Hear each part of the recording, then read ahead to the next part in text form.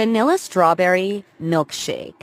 இந்த milk shake செய்கிறதுக்கு நம்மளுக்கு ஒரு 15 to 20 ஃப்ரெஷ் ஸ்ட்ராபெரி ஃப்ரூட்ஸ் வேணுங்க. நெக்ஸ்ட்டு பாலை காய்ச்சி ஆற வச்சு அதை வந்து ஃப்ரிட்ஜில் வச்சு சில் பண்ணி வச்சுருக்கேன். நெக்ஸ்ட்டு பேக்கர்ஸ் பிராண்டிலேருந்து வெனிலா மில்க் ஷேக் பவுடர் எடுத்துருக்கேங்க. இப்போ ஒரு பிளெண்டர் எடுத்து அந்த ஃப்ரெஷ் ஃப்ரூட்ஸ் எல்லாத்தையும் அப்படியே ஹோல் ஃப்ரூட்டாக போட்டுருங்க. போட்டுட்டு இதில் வந்து 1/4 டம்ளர் பால் ஃபஸ்ட்டு ஊற்றுங்க.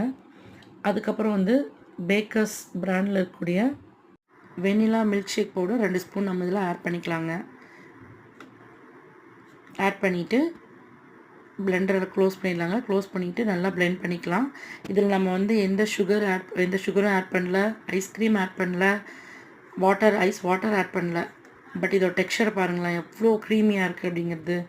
ஸோ ஹெல்த்தியான வெனிலா மில்க் ஷேக் நம்மளுக்கு இப்போ குயிக்காக ரெடி ஆகிடுச்சு வித் லெஸ் இன்க்ரீடியன்ட்ஸ்.